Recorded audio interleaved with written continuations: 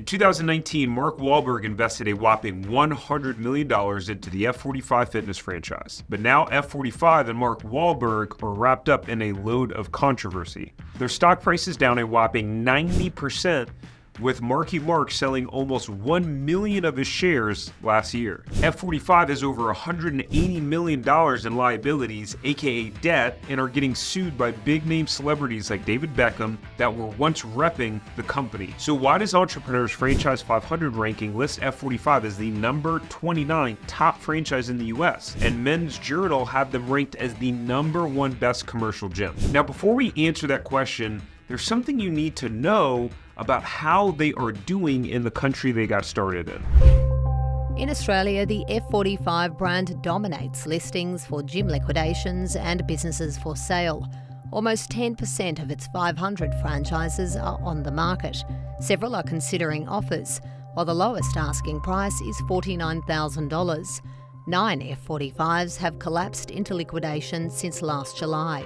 In March 2019, 2 years before F45 became a public company, Mark Wahlberg made a $100 million investment in F45 at an estimated $450 million valuation through an investment company called MWIG LLC. Now, some may assume the MW in MWIG means Mark Wahlberg, but the company is co-owned by a family office called FOD Capital, and Mark owned 26% of MWIG. In July of 2021, F45 went public with a valuation of $1.4 billion. MWIG then sold about $25 million worth of their stock, which I assume was taking some of their chips off the table.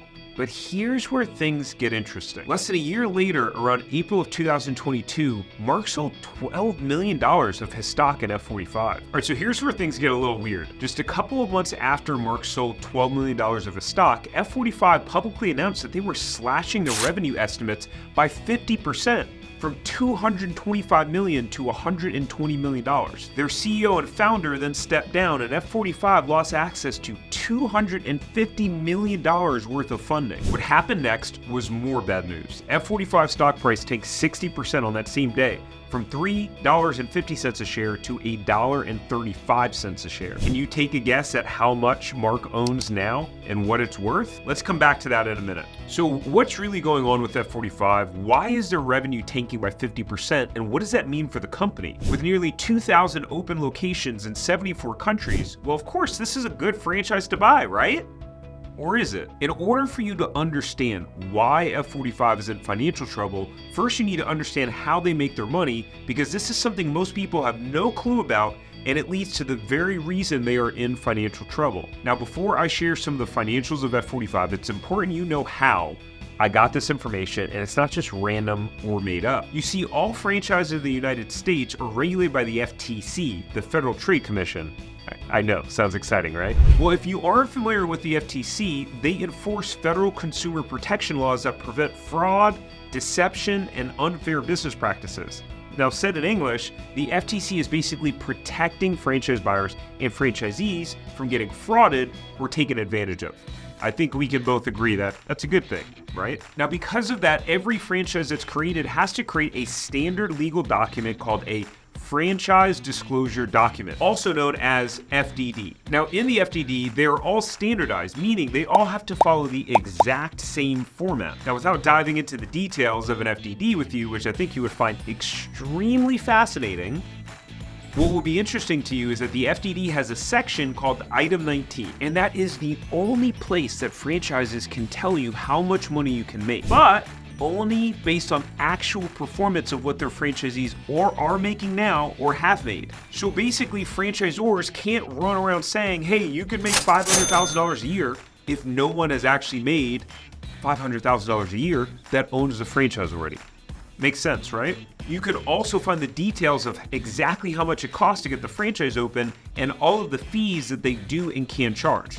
So now that you understand how I got the numbers, let's take a look, and oh boy, are there some interesting things in there. According to F45's 2022 FDD, it costs between $350,000 to $565,000 to get an F45 franchise open, and $50,000 of that coming from their franchise fee, which they call their establishment fee, which is weird but okay. So one of the ways that F45 makes their money is from that franchise fee. Now here's where the pieces of the puzzle start to connect. $150,000 of the startup cost comes from their equipment pack that you are required to purchase from F45, which is not the only thing franchisees are required to purchase directly from F45. Franchisees are also required to purchase any merchandise or nutritional supplements and other equipment like body scanners directly from F45. Now you may say, okay, big deal, Tarek, a new franchise owner has to purchase all of their stuff from F45. Why does that matter? Well, I'm glad you asked. Here's where it gets really interesting. In 2021, F45 received over $43 million in revenue from requiring franchisees to purchase equipment and other things from them. Their total revenue in 2021 was over $87 million. So that means they made 50% of their total revenue from franchisees buying stuff from them. Wow. Interesting, right? Now, to play devil's advocate here, this is very common in the franchise space, but specifically in the fitness space in franchising. The franchisors typically negotiate pricing with manufacturers and suppliers for their custom equipment. That's why you see F45 with all of their branded equipment that you can't just buy off the street. By the way, Planet Fitness does the same thing with their strange purple treadmills. In case you didn't know, Planet Fitness is also a franchise and has over 2,300 locations just in the United States alone. So it's not to say that F45 is doing anything wrong here. In many cases, these situations could be win-win, with the franchisees still getting equipment at normal market prices and the franchisor is able to make enough margin off of the discounted pricing they've negotiated with the supplier, and then the profit the franchisor makes off of this, they use to then hire more support staff for the franchisees, they do more marketing, etc. So in theory, the franchisees get to benefit from the overall system getting stronger and better. Now, when and where this does become an issue is when franchisors start gouging their franchisees, charging them higher prices than what the franchisees could go out and just get on their own. This is in part what led to F45's financial trouble and how they make their money. But let's come back to that in a minute. Here's the scary part. Remember when I talked about item 19 and that being the only place the franchisor can talk about how much money their franchisees are making? Well, F45 has opted to not show anything. They don't list a single piece of financial numbers for any of their franchise locations for potential franchise buyers to see. WTF. Damn! Now, the item 19 can be displayed in ways sometimes that they don't really tell the full picture, so sometimes even when a franchisor does have one, you still may feel confused on what the real financial opportunity is. But in my experience, when a franchisor doesn't list anything, it's usually not a great sign of the average performance of their franchise locations. It usually doesn't mean their franchisees are making a lot of money. I mean, think about it. If you have a franchise business where you want to recruit franchise owners to be a part of your business, don't you think it would be important to show the numbers and proof around how the current franchisees are performing? I mean, if you don't, what are you hiding? So I promised I would tell you why this leads to F45 being in financial trouble. It comes down to how they make their money. The more franchises that open, the more they make because they get half of their revenue from franchise fees and half from equipment sales. So since they went from expecting to open 1,500 franchise locations to around 400, well, that's a more than 70% decline from what was expected. And after COVID hit and franchise owners started to struggle, locations started to close.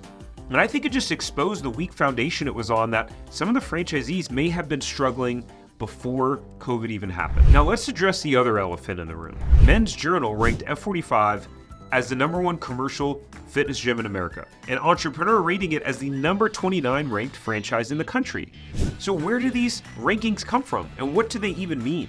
Let's look at the Men's Journal ranking. The Men's Journal ranking is based purely on Google ratings from their members. How crazy is that? This means F45 might have happy members, but it means next to nothing when it comes to knowing if an F45 gym is a good investment. To be fair, Men's Journal does clearly say in the title that their ranking is based on member ratings, and it seems like they are basing their ratings from really a consumer perspective rather than a franchise buyer perspective. Unfortunately, when people go to buy franchises, they read headlines like that and they don't look under the hood, and that can get them into trouble. Now, I'm making this video because I don't want that to happen to you. Now, here's where things get even more frustrating. If we look at the Entrepreneur Magazine ranking, the primary reason listed for that ranking is based on total locations and location growth, meaning F45 is ranked higher just because they opened a lot of locations. However, you can open hundreds of franchise locations per year, but that doesn't mean that they're profitable, and it doesn't mean the franchisees are happy.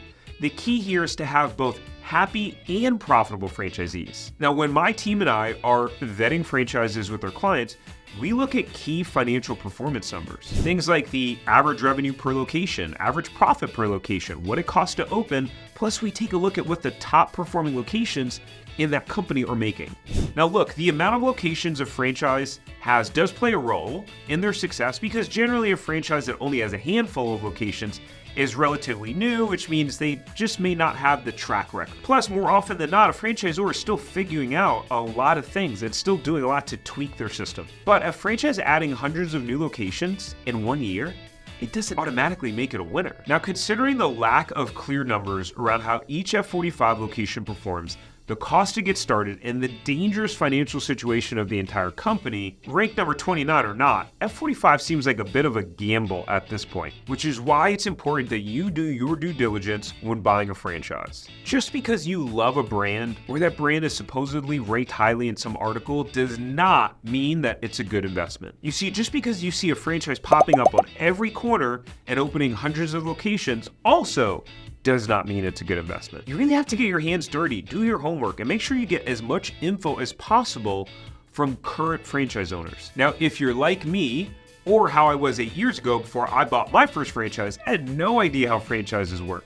So I made a video breaking down how franchises work using McDonald's as the example. After watching it, you'll know more than 80% of people do about franchise businesses, how they work, and how to make money from them. And you can watch that video here.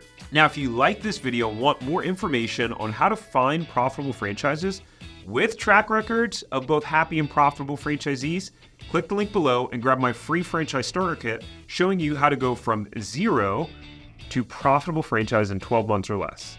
I'll see you on the next one.